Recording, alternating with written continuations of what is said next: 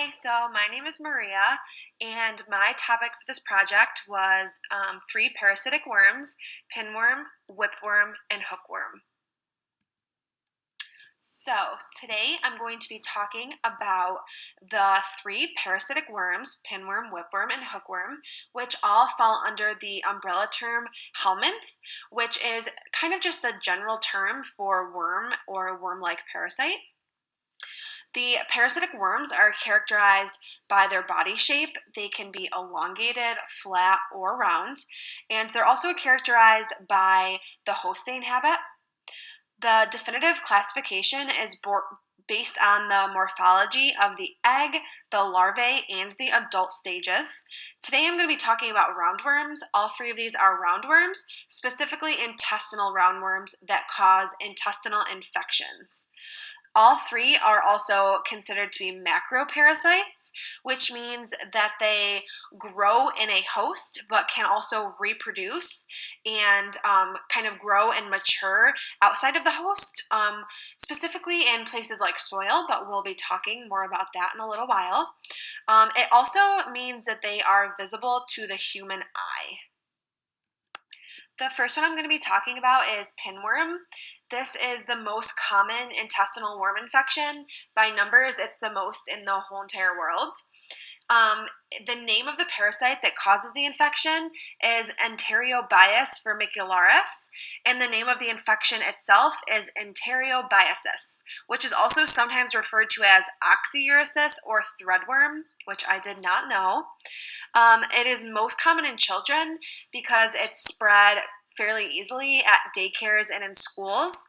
We'll talk more about why that is in a couple of slides, but it's definitely the most prevalent in children. The actual worm is a thin white little worm, and it's usually about a quarter to a half of an inch in length, and it resides in the large intestine. This is an overview of the infection. So pinworm eggs are ingested. They travel through your digestive system and hang out in your intestines. The eggs actually hatch and mature in the small intestine, and usually about 1 to 2 months after being ingested is when they are fully mature and become adult worms. So once they have matured, they travel to the large intestine where they attach themselves to the walls, and that's where they spend the majority of their life. Sometimes they're found in the colon also. They reproduce sexually, and females produce about 10,000 eggs, and when they're ready to lay their eggs, they travel to the anus, and they lay their eggs in the folds of the skin around the anus, which causes itching, and we'll talk more about why that's how they spread on the next slide.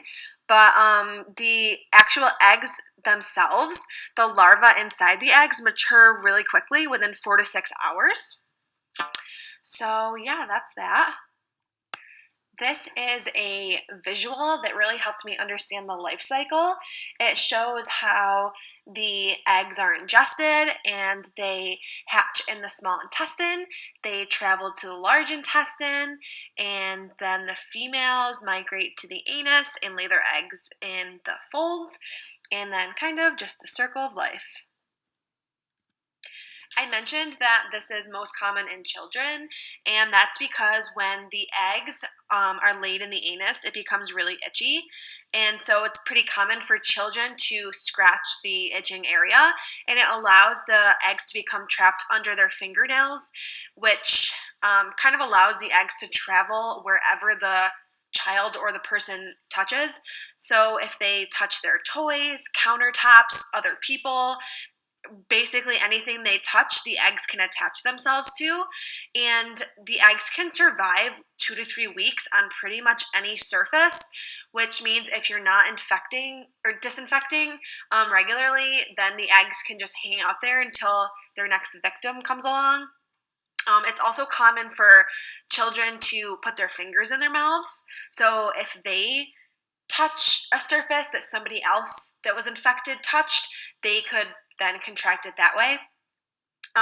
It's also really common for this to spread through families because it really easily attaches itself to toilet seats, bed linens, because like we said, the eggs are usually laid at night, so they're really commonly in people's bed linens. Which is why they highly recommend washing your sheets every single morning when you become infected with this, which we'll talk about later. The main symptom is anal itching, but most cases actually don't have any symptoms at all, so people don't even know they have it. But in more severe cases, some of the common symptoms are insomnia, irritability, restlessness, abdominal pain, nausea, nervousness, and loss of appetite. We really only see complications in much more severe cases, but it is possible for the female genitals to become infected. The worms can actually travel from the anus to the vagina and up through the vagina, into the uterus, and even up the fallopian tubes. This can cause inflammation of the vagina and inflammation of the inner lining of the uterus. Some rare but still happen complications include severe weight loss and infection of the peritoneal cavity. The way this is diagnosed is through a tape test. So that involves pressing the adhesive side of a piece of tape to the skin directly around the anus as soon as you wake up. So before you even go to the bathroom or change your clothes or anything, just sticking the tape to the skin outside of the anus, which allows the eggs to stick to the tape. And then you would bring that to your doctor, and doctors can send it out to a lab to be examined under a microscope, where they can look for both the eggs and the actual worms themselves.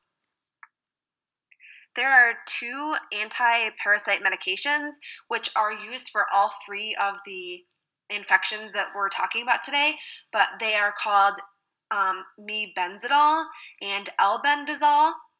They can kill both the eggs and the worms, and it's super important for people to be super conscious of following the prevention techniques after they've been treated, because reinfection is really common, especially in families. If one person doesn't get rid of it, it's pretty easy for it to go around again. So once you've been treated and then retested to make sure there's no more worms or eggs, it's super important to do the prevention techniques that we'll talk about on the next slide.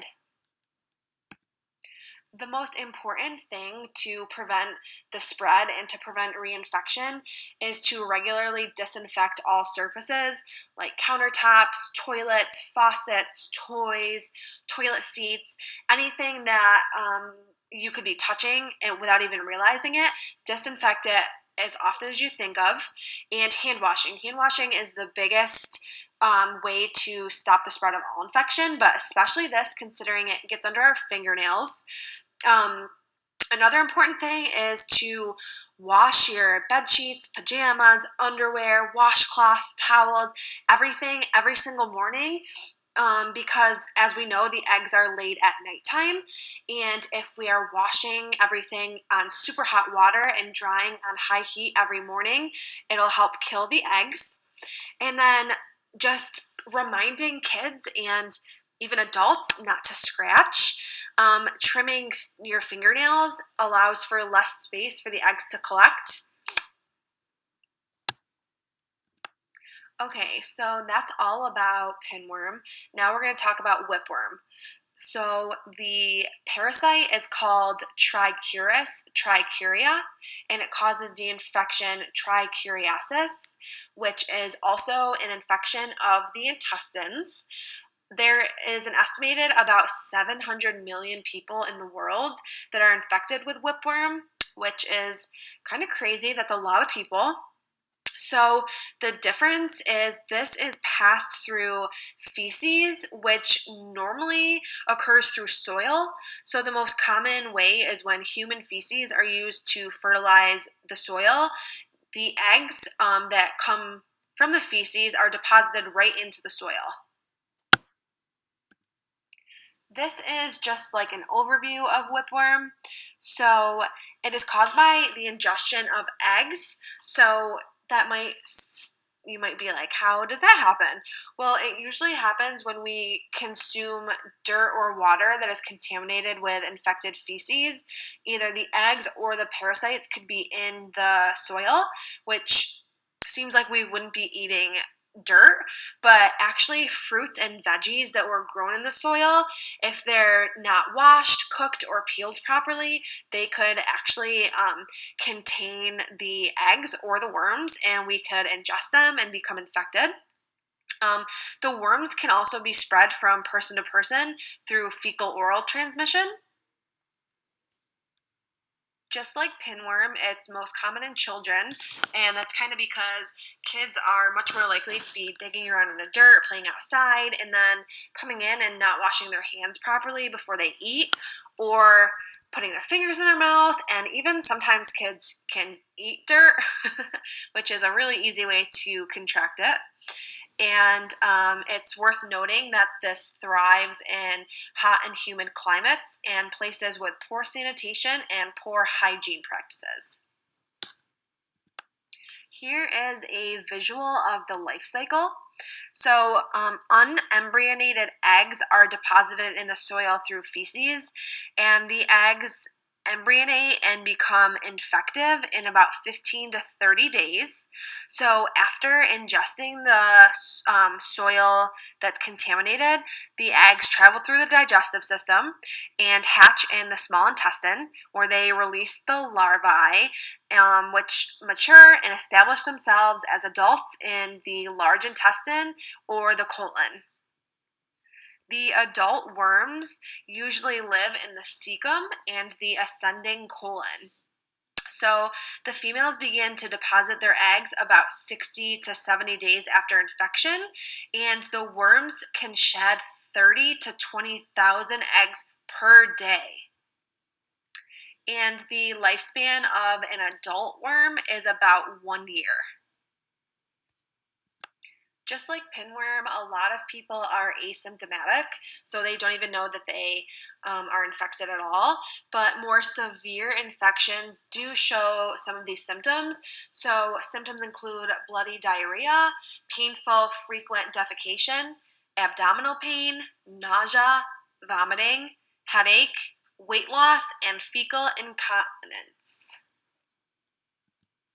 Really, the only way to detect if you are infected is through a stool test. So you will go to your doctor and give a stool sample, and the sample will be sent out to a lab to be looked at under a microscope, where they can see if there's worms or eggs in your feces. And if you do come back positive that you're infected, those two anti-parasitic medications that we previously talked about, they're both used to treat whipworm, but there's a third medication that's called oxantel pamoate, which was actually a medication for animals that are infected with whipworm, but a lot of research was done and it was shown to be effective in humans as well. It's definitely not as commonly prescribed to humans, but more research is being done, and it actually may be more effective than the other two medications for this specific infection. So that might be a bigger thing in the future. And then a repeat stool test will be taken to make sure the infection is completely gone. A full recovery is expected for people that are infected, but if this infection is left untreated for a long time, there are complications that can arise. Specifically in children, delayed growth and cognitive development is the biggest one. And then in adults, infections of the colon and appendix. Rectal prolapse and anemia are also things that could happen. These are some prevention techniques. So, like all infections, hand washing is super important, especially before handling food. Washing, peeling, and cooking fruits and vegetables are a great way to ensure that they're not infected. And then teaching children not to eat the soil, which sounds kind of crazy, but like we said, children do eat soil. So just kind of teaching them that it could be infected, which might be a little scary for them, but it's probably worth it. especially in areas where whipworm may be prevalent. Avoiding the contaminated soil, if you know it's contaminated, of course, and then proper sewage disposal. That's a pretty, sounds obvious, but a pretty big way to prevent the spread of whipworm. Here are some photos of what the whipworms look like. It's kind of cool to see the label diagram. You can see the reproductive organs, the curved tail, kind of cool. And then the right-hand picture is just showing you the size. So now we are on to hookworm. Hookworm is pretty similar to whipworm, but there is one key difference that we'll talk about. There are actually two different worms that cause the hookworm infection. Those are Ankylostoma duodenale and Necator americanus. And the infection is called Ascaris.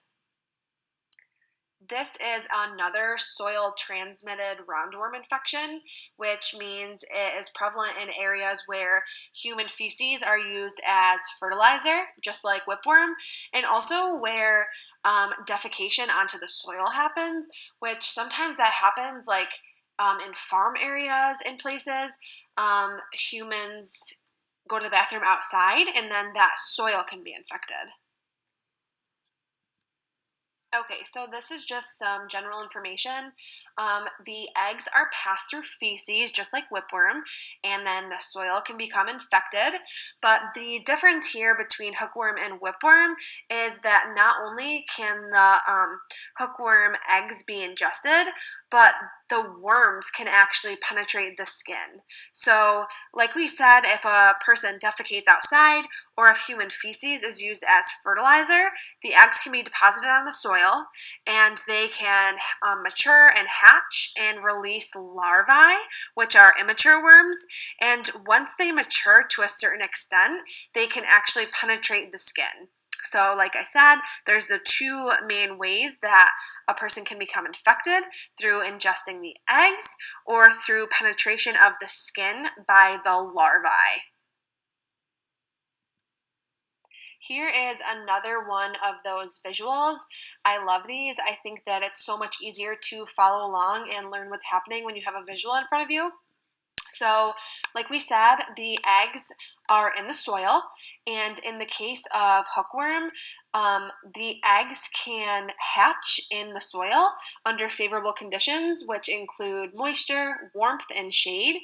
The larvae hatch, and they can actually grow and mature right in the soil. Usually like 1 to 2 days after being in those favorable conditions, the eggs can hatch. And then the larvae grow for about 5 to 10 days.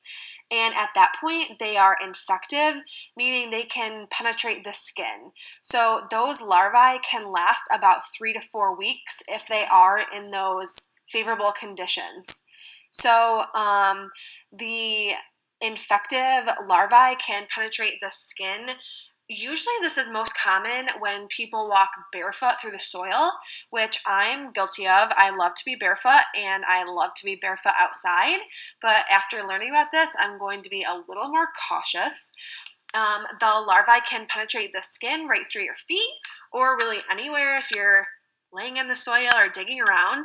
They go through your skin and are carried through your blood vessels, and they can go to your heart, to your lungs, or they can also be swallowed. Like the other ones, you can swallow the eggs or the larvae, and they will end up in the small intestine, which is where they mature into adults. Once the worms mature, they live in the lumen of the small intestine where they attach to the intestinal wall. This results in blood loss by the host, which can lead to complications if left untreated. The worms can live there for about 1 to 2 years. Usually they're eliminated through feces by then. It's also possible for the larvae to become dormant once they penetrate the skin, meaning they can kind of just hang out in your muscles or in your intestines and then reactivate and become infectious again later in life. I honestly couldn't really find information about how long they can be dormant, but it's possible for them to reestablish and become infectious again. This is just another visual.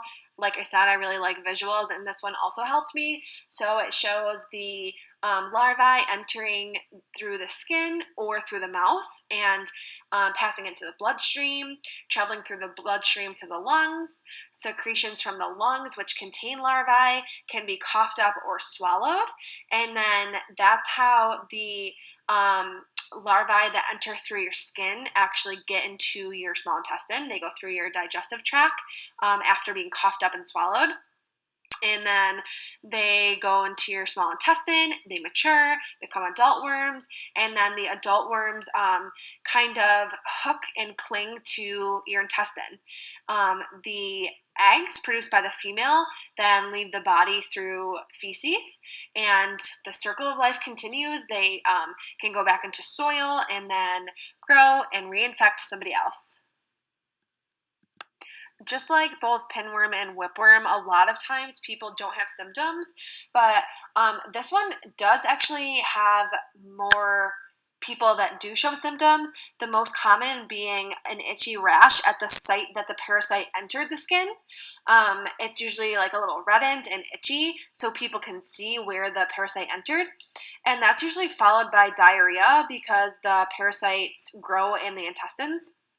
In more severe infections, abdominal pain, nausea, fever, blood and stool, loss of appetite, and then in even more severe cases, anemia can happen and protein deficiency, which are both caused by blood loss because, like we said, the parasite attaches to the walls of the intestine and it results in blood loss. To diagnose hookworm, a stool sample will be collected by your doctor and sent to a lab for examination under a microscope, similar to whipworm. Both worms and eggs can be detected this way, and if they are detected, just like the other two, the two anti-parasitic medications, albendazole and mebendazole, either one of those could be prescribed. And then after those are taken, usually for about 3 days, you'll be retested. Another stool sample will be taken just to make sure that the worms and the eggs are completely gone. To prevent hookworm, it's best to avoid walking barefoot in areas where hookworm is common because the larvae actually can penetrate the skin on your feet pretty easily. So, for obvious reasons, avoid areas where human feces may be used to fertilize the soil. And then teaching children not to ingest soil. I never really thought about parasitic worms when thinking of teaching children not to eat dirt, but I guess that's another great reason to make sure your kids are not eating dirt. And then just avoiding areas where feces are used to fertilize the soil. And then another way is effective sewage disposal systems.